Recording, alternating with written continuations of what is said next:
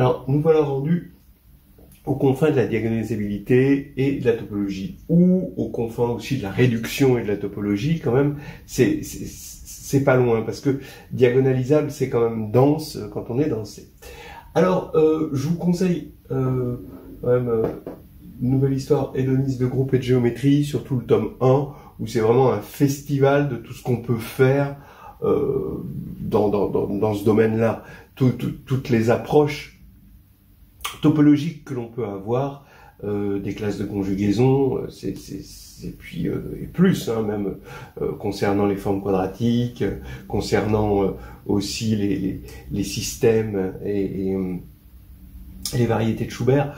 Donc c'est quand même un truc assez complet là-dessus. Mais là, on est là pour regarder des questions de jury, c'est-à-dire des petites questions, des attaques chirurgicales, des toutes petites attaques sur lesquelles l'essentiel, c'est votre réactivité. C'est-à-dire, on va pas aller jusqu'au bout, on n'est pas à l'écrit, on prépare pas l'écrit ici, c'est pas la finesse de la rédaction, la façon de s'y prendre, de mettre en place la récurrence ou des choses comme ça. C'est votre réactivité, comment vous réagissez au problème et comment vous réagissez en direct au problème. Voilà. Donc, bon, je vous rappelle, et ça, bon, c'est facile à prouver parce que A donne qui A et continue. Hein, A, il est dans Mn de C ou Mn de R, et qui A dans... Alors attention, faut que ce soit de dimension finie, hein, pour qu'on ait une topologie qui soit assez clairement normique. Donc les polynômes de degré inférieur ou égal à n.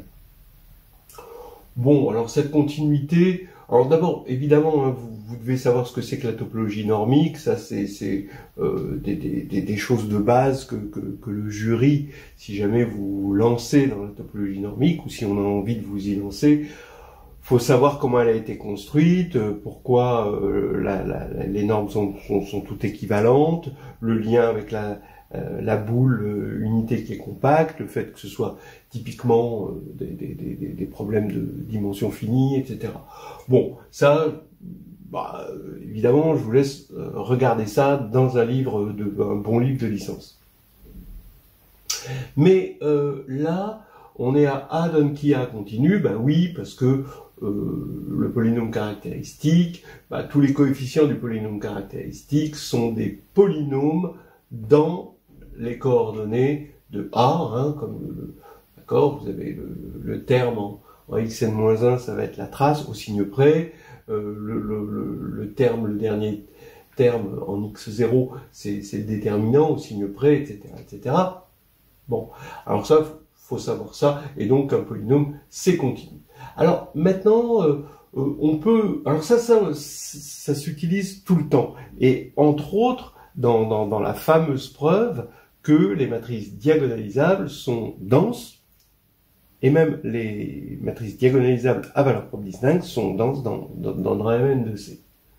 Maintenant, on va regarder l'application qui donne le polynôme minimal de A. Et ça, c'est bon. Voilà des questions très très rapides, hein, chirurgicales, hein, comme je disais, que le jury peut vous poser. Est-ce que ça c'est continu? Voilà. Hein. Est-ce que l'application qui a A donne D, donc qui est la partie diagonalisable de A dans la décomposition de Dunford, donc c'est bien défini. Hein. Est-ce que c'est continu? Donc la question, bon, est-ce que c'est continu? Et la réponse est non, c'est non continu. Alors ici, vous avez toujours le même. Alors d'abord pour la non-continuité, hein, ou la continuité même, faites-le avec des suites, hein, c'est beaucoup plus facile. Ici, vous exhibez une suite comme ceci, un 1, et puis vous mettez 1 sur m. Alors attention, pas n parce que n c'est déjà pris. Mais qu'est-ce qui se passe? Eh ben là, le polynôme minimal c'est x-1 carré, et quand m tend vers l'infini, ça devient x-1. Donc, bon, on voit bien que l'image de la limite, c'est pas la limite de l'image, donc il n'y a pas cette commutation. Voilà. Et ici, bon, on va prendre, ben, c'est le classique, 0, 1 sur m, 0, 1. Alors ça, c'est diagonalisable. D'accord? Donc sa partie diagonalisable, ben, c'est elle-même, mais la partie, quand m tend vers l'infini, donc ici on a 0, ben, la partie diagonalisable, c'est juste la matrice nulle, et il y a une partie nilpotente avec ce 1 là. Donc ça ne tend pas vers ça. Donc la limite de l'image n'est pas l'image de la limite. Voilà donc des petites... C'est ces deux contre-exemples hein, qui doivent être omniprésents dans ces problèmes de topologie où on voit des effets de non-continuité. Hein. Alors la continuité de qui a possède une application très célèbre, hein, d'ailleurs que vous pouvez trouver dans H2G2, hein, c'est qui AB égale qui BA, qui est quand même une formule très très compliquée et qui se voit très simplement avec la topologie. Donc regardez, hein, si A est inversible, ben, c'est vrai, parce que qui AB, d'accord, est égal à qui A-1 ABA, parce que A est inversible, et que qui est un invariant de similitude. Donc quand on conjugue, on garde toujours, le déterminant est un invariant de similitude, donc quand on conjugue, on garde le même déterminant, on garde le même polynôme caractéristique d'une matrice. Et ça, c'est qui BA. Donc là, c'est vraiment évident. Et si A est non inversible, ben, on sait que GLN de C ou GLN de R hein, est dense dans Mn de C ou Mn de R. Alors pourquoi c'est dense? C'est parce que finalement on n'a qu'un nombre fini de valeurs propres et l'ensemble des valeurs propres est discret et être dans ne pas être dans GLN, ça revient à avoir comme valeur propre 0 et 0 est une valeur propre isolée forcément, donc bon, on peut s'approcher matriciellement très facilement. Donc ça c'est très connu. Et donc on a une suite de GLN de C qui tend hein, vers A. D'accord ? Voilà. Et maintenant, vous voyez que vous avez qui AB, c'est égal à la limite quand même tend vers l'infini de qui AMB. Alors on se sert du fait que la multiplication par B est continue et que A donne qui A est continue pour dire cela. Et ensuite, là, comme AM est inversible, on peut appliquer ça fait qui BAM, et là on réutilise ici la continuité de A donne qui A pour avoir qui de BA.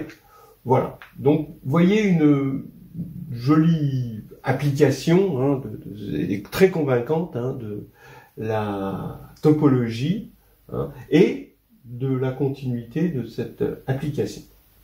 Alors, je peux pas m'empêcher de faire une petite remarque parce que c'est vrai que parfois le jury peut dire, parce que bon, je vous rappelle que cette égalité est une égalité formelle, c'est-à-dire qu'elle peut s'écrire avec des indéterminés pour A et des indéterminés pour B.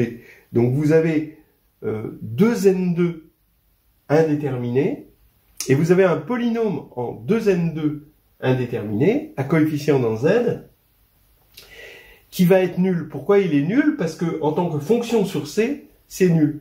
Donc si c'est nul en tant que fonction sur C, c'est que le polynôme est nul parce que C est infini et donc ça va être vrai pour tout corps parce qu'on va avoir le même polynôme quel que soit le corps. Donc là, c'est vraiment cette idée, on va dire, cette astuce topologique dans la réduction qui est très féconde. Mais on peut aussi, sans utiliser la topologie, montrer ceci. Alors je vais vous donner une petite preuve parce que des fois, le jury peut dire est-ce que vous voyez comment on peut faire autrement. Une preuve sur tout corps K de ça. Donc, vous le prouvez dans GLN, donc ça c'est fait, d'accord. Et vous le prouvez aussi pour A égale cette fameuse matrice qu'on retrouve dans le théorème du rang. Hein. Cette matrice, c'est la matrice de forme normale de rang R, qu'on va appeler JR, d'accord, dans, bien sûr, Mn de K.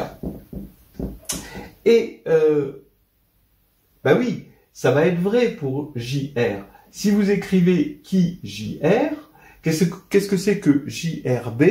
Bah, c'est juste la matrice B où on a gardé les R premières lignes et on a annulé les autres. Par contre, BJR, bah, c'est pareil avec les colonnes. C'est-à-dire qu'on a gardé les R premières colonnes et on a annulé les autres. Donc quand on va prendre le polynôme caractéristique, tout ce qui va compter, hein, ça va être les deux blocs diagonaux. Et les deux blocs diagonaux pour A égale JR sont les mêmes. Hein. Tous les blocs diagonaux sont les mêmes. Donc le polynôme caractéristique va être, ça va être la même chose parce que les matrices en présence sont des matrices qui sont triangulaires supérieures ici et triangulaires inférieures ici, avec les mêmes blocs diagonaux. Donc voilà. Donc ça marche aussi pour la matrice JR. Et à partir du moment où ça marche pour la matrice JR, eh ben ça marche tout le temps. Regardez comme c'est joli. Qui AB, c'est qui de PJRQ, ça c'est le théorème du rang, qui dit que A est toujours équivalente à la matrice JR pour un certain R qui est égal au rang de A. Bon, on peut avoir Q-1, mais ça revient au même, hein, le tout. Alors cette fois-ci, P et Q sont dans GLN. Donc comme on peut commuter avec GLN et avec JR, eh ben, on va pouvoir commuter avec tout. Donc, on va avoir qui? Donc, ici, vous passez B, ensuite, vous passez JR, ensuite, vous passez Q, et coucou la voilà, vous avez qui de BA. Voilà. Donc, vous avez cette jolie preuve, je la trouve mignonne comme tout, et elle ne nécessite pas hein, la topologie. Voilà. Alors, une question plus difficile, mais qui se pose, parce qu'elle est chirurgicale, mais difficile, hein, voilà, c'est montrer que l'ensemble, sur C, l'ensemble des matrices diagonalisables à valeur propre distincte est un ouvert de Mn de C. Surtout si vous avez montré que les matrices diagonalisables étaient denses, en utilisant les matrices diagonalisables à valeur propre distincte, alors vous pouvez vous attendre à la question, pourquoi est-ce que c'est un ouvert? Alors, on regarde l'application qui a A, une matrice A de Mn de C, donne le résultant de qui A et qui prime A. Voilà.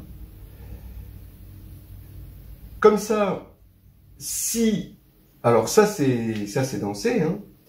Et si c'est nul, c'est que qui A et qui prime A vont avoir un polynôme, un diviseur en commun, donc finalement un diviseur non trivial en commun, donc il va y avoir une multiplicité des racines, mais par contre si c'est non nul, alors il n'y a pas de multiplicité des racines, donc on a bien des racines simples. Et si on a toutes des racines simples, vous savez, d'après un théorème, que votre matrice est diagonalisable. C'est-à-dire que la matrice et l'ensemble des matrices diagonalisables à valeur propre distincte, c'est exactement, si on appelle ça F, cette application, c'est F moins 1 de C étoile. Mais F est continu, parce que qui A est continu, prendre la dérivée, c'est juste regarder au niveau des coefficients de la dérivée, vous avez des applications continues. Le résultant, c'est un déterminant des coefficients ici, c'est polynomial, donc c'est continu. Donc cette application est continue, et C étoile, c'est un ouvert, donc on regarde bien l'image réciproque d'un ouvert par une application continue, et ça marche bien. Alors, entre parenthèses, étant donné que cette application est une application polynomiale, et en plus polynomiale non nulle, on peut affirmer la densité sans calcul. Parce que la densité, en fait, de ces matrices-là, bon, évidemment, dans le contexte de la grecque, où on n'a pas beaucoup de géométrie algébrique, se fait plutôt à coup de raisonnement un petit peu comme ça, où on met des petits epsilon pour rendre, on trigonalise, ensuite on met des epsilon pour avoir des valeurs propres distinctes, et là on fait tendre notre matrice où il y avait des valeurs propres possiblement égales, on fait tendre notre suite de matrices diagonalisables vers une matrice quelconque pour avoir la densité. Mais ici, sachez que la densité, c'est juste parce que bon, on a le complémentaire est maigre. Pourquoi le complémentaire est maigre?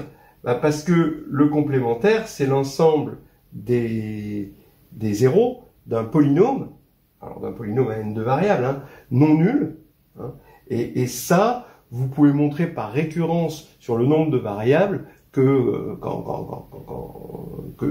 c'est maigre. Hein, voilà. Donc si le polynôme est non nul, hein, évidemment, hein, que c'est maigre. Donc c'est un truc aussi assez classique, mais quand même plutôt coloré géométrie algébrique, c'est un petit peu plus dur. Voilà. Maintenant, on va continuer sur le thème de topologie et réduction.